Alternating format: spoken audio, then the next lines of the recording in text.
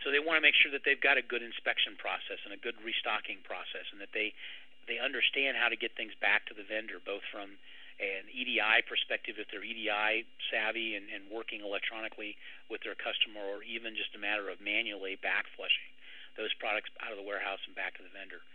And believe it or not, you want to have an efficient and effective scrap and write-off program, because you don't want it taking up space. If I've got something that's been damaged in transit back from a customer, or was damaged in transit to a customer, whatever the case may be, to me at that point in time, it doesn't have any value, and I need to get it out of my warehouse. So let's again apply some assumptions against the handling side of my processes, so my operations piece down to Porter's way of looking at things.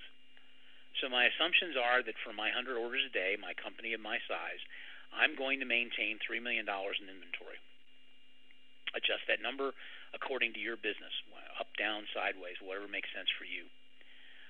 Average cost tied to those inventory assets. And again, this could be high, it could be low, depending upon your company size, your financial wherewithal, the arrangements you have with your bank, so on and so forth. But generally speaking, you can expect the cost of money to be somewhere in the 5 to 7 to 8% range. We use 6. You can assume that insurance is going to cost you some percentage. The industry average in North America is 2%, and you're going to pay something in taxes on the goods that you've got in your warehouse. In North America, again, that industry average is about 3.25%. So when you wrap it all up, you're paying something on the order of 11.25% on that inventory between the cost of money, insurance, and taxes. If you can reduce your inventory by 3 to 5%, simply driven by increasing that confidence, better accuracy. So I'm doing automated cycle counting. I'm doing physical inventories when and if I need to. Most of our customers, after the first 12 months running our system, don't have to do physical inventories anymore. Their bankers are willing to write off on the accuracy of their inventory based on the minimal amount of write-down that they have to do, and they eliminate that cost entirely. But let's assume that they're able to reduce that $3 million inventory by 3 to 5% based on greater accuracy, better processes, so on and so forth. That means they can reduce their inventory by $120,000, and if you're assuming that 11.5% against that 11.25%, against that $120,000, they're going to net a $13,500 carrying cost savings on the overall investment that they've got in inventory. Now let's look at labor utilization. Manual processes that drive labor inefficiency. We know that automation drives efficiency, manual processes drive inefficiency. So things like order checking, validating that an order has been picked correctly, annotating shipping and information on a pick ticket. Once you've gotten things automated, that step can be totally eliminated. Many of our customers do a shadow process in the early days just to do a manual spot check on validity.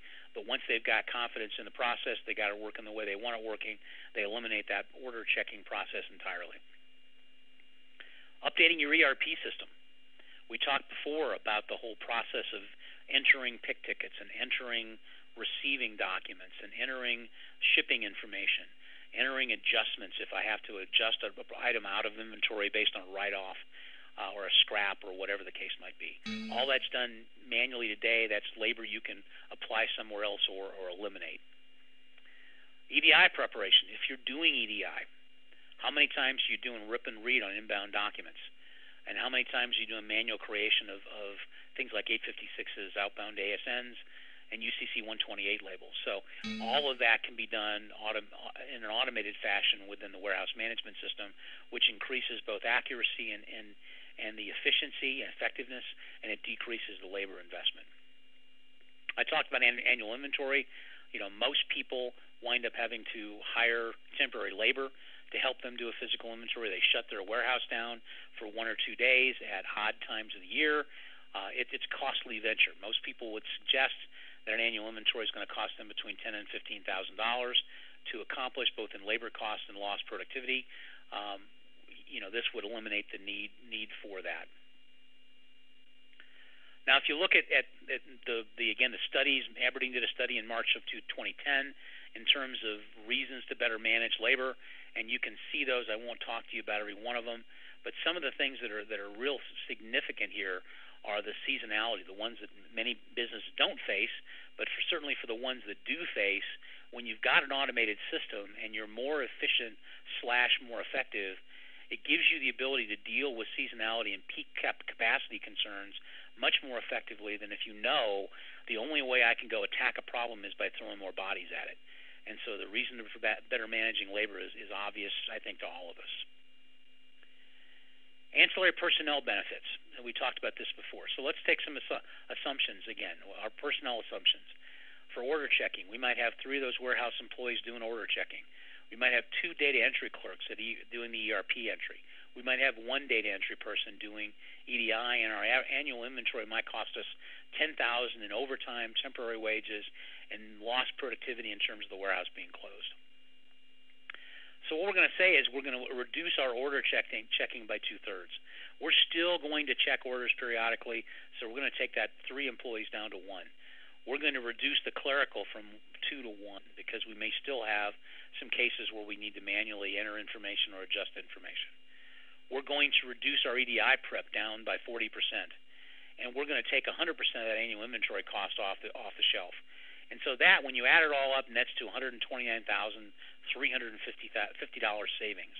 Now, once again, apply your own logic to this. These are the numbers. Adjust the costs up and down, adjust the headcount up and down, adjust the percentages up and down, and see where it comes to. But you can see the message here in terms of cutting costs in the warehouse drive real value to the bottom line of your business.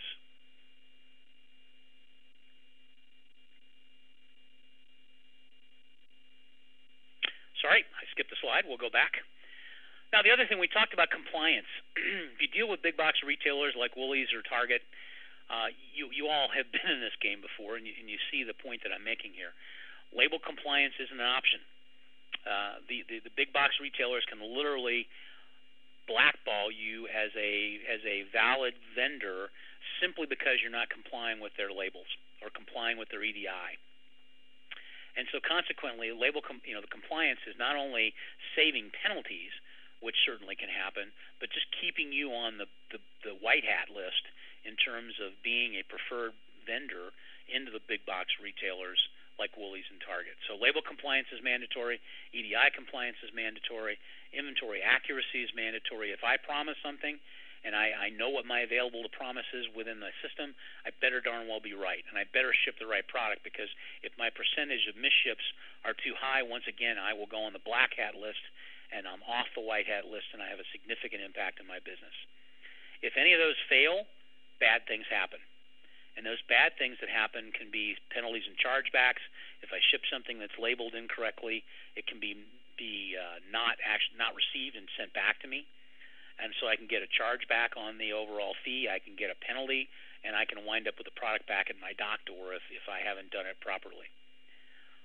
Return merchandise. Go back to our cost of mistakes. If I ship the wrong thing at the wrong time, not only can I get all the other penalties and chargebacks, but the merchandise can be turned around, shipped back to me, and I may not have an opportunity to ship them the next product, and my overall cost of customer confidence can be extremely high with a big box retailer for obvious reasons. And as I said before, my supplier ratings can decline. Those supplier ratings decline, it can result in no business, or certainly a loss of business, or circumstances that dictate special handling of goods which cost me money. So while my business may not suffer nearly as much as it possibly could, my overall cost of providing the goods to the big box retailer could go up, and so my profit margins definitely get diminished. So compliance assumptions, back to our same assumptions again. Presuming that I've got $1,000 per month in chargebacks, not a lot if I'm shipping any volume to the big box retailers, and penalties, fines due to mislabeled shipments, EDI errors, wherever the case might be. 5 orders per month refused because of mislabeling. 5 times my same $100 in return goods, so that's $500. So if I go through and pick, pack, and ship the correct product, label the carton with the right UCC 128 label, communicate the information about that shipment through both 856 and 810 documents, ASNs and invoices, and I increase my compliance by 90%, I can find another $16,200 in savings simply by doing things right the first time.